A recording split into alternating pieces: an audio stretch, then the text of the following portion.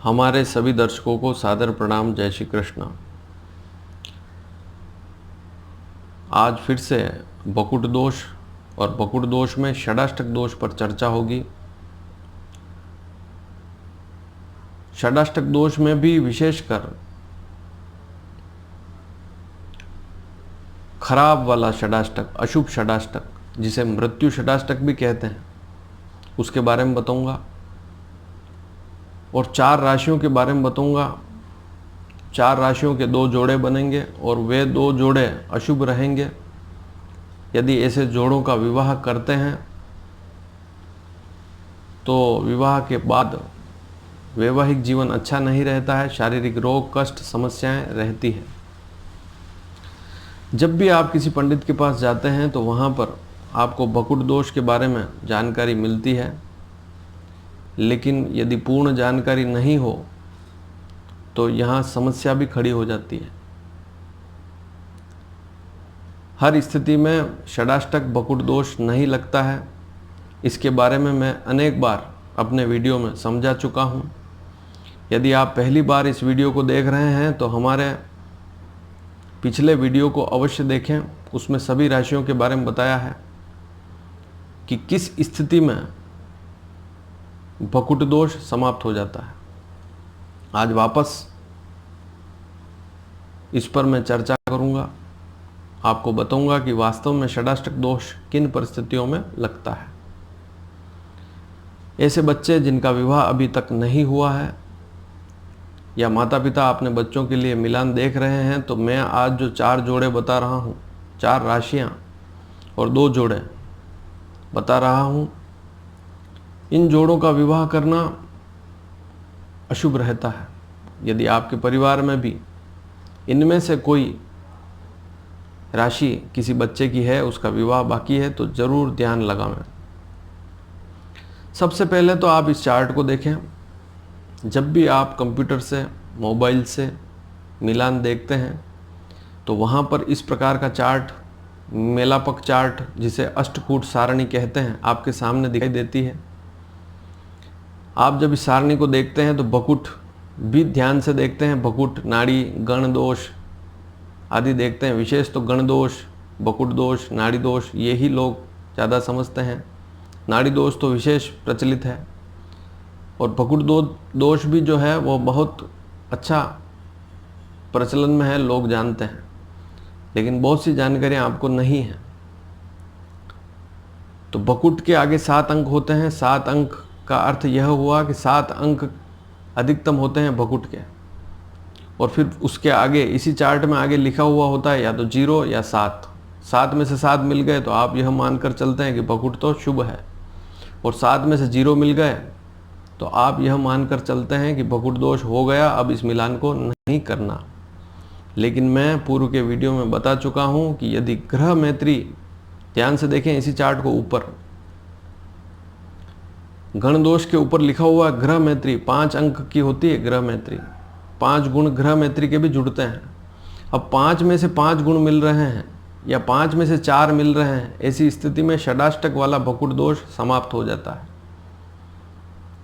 तो सबसे पहले तो आप इसी चार्ट में ध्यान से, यदि कंप्यूटर से देख रहे हैं, मोबाइल से देख रहे हैं, तो ग्रह मैत्री पर ध्यान लगावें। ग्रह मैत्री कितनी है, 5 में से कितने गुण मिल रहे हैं। यदि 5 में से 5 पूरे मिल रहे हैं, 5 में से 4 मिल रहे हैं, तो नीचे बकुट भले ही 0 क्यों ना हो, मिलान शुभ होता है। और आप अपनी मर्जी से भी उसमें 7 गुण नीचे जोड़ सकते हैं। जो भी मिनिमम अंक आपको गुण प्राप्त होते हैं, 36 में से कोई न कोई गुण आपको प्राप्त होंगे, उसमें आप बकुट के 7 अंक और जोड़ देवें। यदि ग्रह मैत्री 5 में से 5 है तो 7 गुण जोड़ देवें। यदि ग्रह मैत्री 5 में से 4 है तो 6 गुण तो जोड़ ही सकते हैं। तो इससे आपके गुण बढ़ जाएंगे और मिलान शुभ हो जाएगा। ऐसा प्रावधान ज्योतिष में लिखा हुआ है, स्पष्टतया लिखा हुआ है। इसलिए इस विषय को सीखना पड़ेगा, समझना पड़ेगा। तो सबसे पहली बात मैंने यह बताई कि ग्रह मैत्री होनी अति आवश्यक है। यदि ग्रहों की मैत्री नहीं है, दोनों के राशियों के जो स्वामी हैं उनकी आपस में मित्रता ही ग्रह मैत्री कहलाती है। लड़की की जो भी राशि है और लड़के की जो भी राशि है उस राशि के जो स्वामी हैं, दोनों के अलग अलग स्वामी होंगे या एक भी हो सकते हैं। एक है तो शुभ स्थिति है, दोनों के अलग अलग हैं तो कहीं शत्रु तो नहीं है।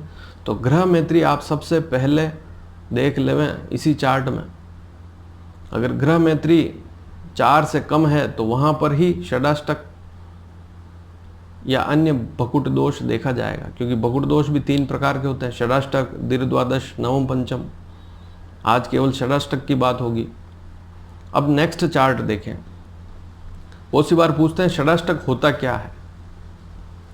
तो षड का अर्थ होता है 6, अष्टक का अर्थ होता है या अष्ट का अर्थ होता है 8। अब संस्कृत शब्द है इसलिए समझ में नहीं आता। तो षड अष्ट, छठी और 8वीं राशि।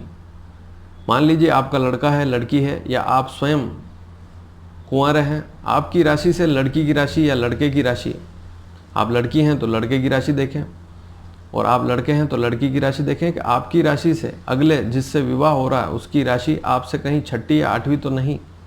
अब कैसे देखेंगे? आज जो 2 जोड़े बता रहा हूँ इससे समझ सकते हैं। आप इस चार्ट में देखें, मिथुन राशि और वृश्चिक राशि को देखें। मिथुन राशि 3 अंक लिखा हुआ है, स्वामी कौन है? बुध। और वृश्चिक राशि 8 अंक, स्वामी मंगल। बुध मंगल के बिल्कुल नहीं बनती। मिथुन राशि का स्वामी और वृश्चिक राशि का स्वामी आपस में दोनों शत्रु हैं। बुध और मंगल आपस में शत्रु हैं। 3 से 8 तक गिने, कितनी बार गिनेंगे? 3, 4, 5, 6, 7, 8, 6 बार गिनना पड़ेगा तो छठी पड़ी। और 8 से 3 तक जाएंगे तो 8वीं पड़ी। 8, 9, 10, 11, 12, 1, 2 और 3, 8 बार गिनना पड़ेगा।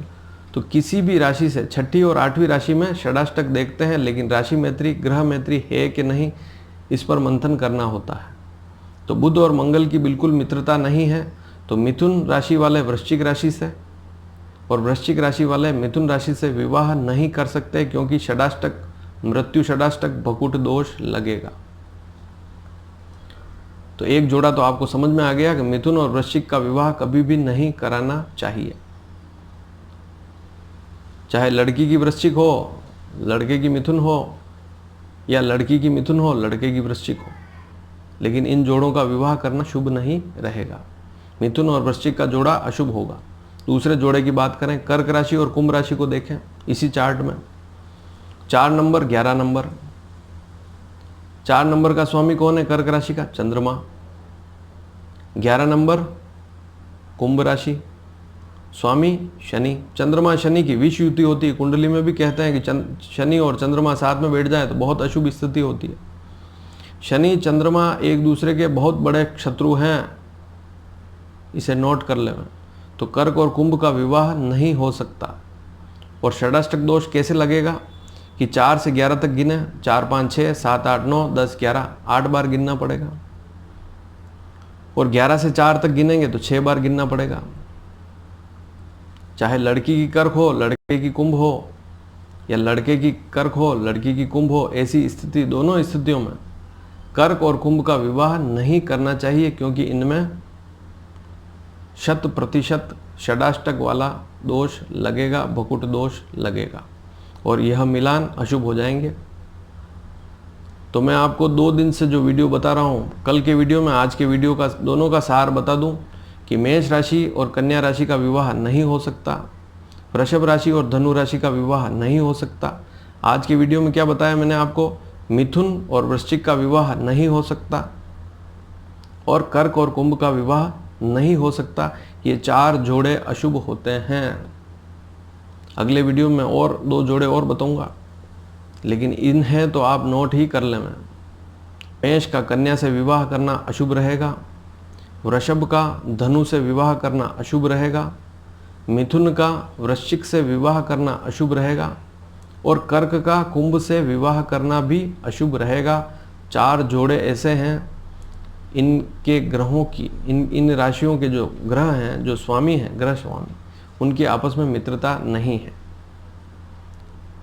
मिथुन राशि का स्वामी बुध है, वृश्चिक राशि का स्वामी मंगल है। इन दोनों की बिल्कुल मित्रता नहीं है। जब आप ग्रह मैत्री देखेंगे, जो कि चार्ट में अभी थोड़ी देर पहले बता चुका हूँ, उस चार्ट में ग्रह मैत्री देखेंगे तो 10 में से 0.5 मिलेंगे। ध्यान से देखना आप, 0.5, 5 और 0.5 में बहुत फ़र्क है। 5 में से 5 मिलना, पूरे मिलना, 100% मिलना, लेकिन 5 में से 0.5, इसका मतलब यह हुआ कि आधा गुण ही मिलता है, 10% मिलान ही होता है। तो मिथुन वृश्चिक की ग्रह मैत्री में आप देखेंगे ऊपर बकुट तो देखना ही है, वह तो 0 होगा, लेकिन ऊपर ग्रह मैत्री देखेंगे तो 5 में से 0.5 आएगा।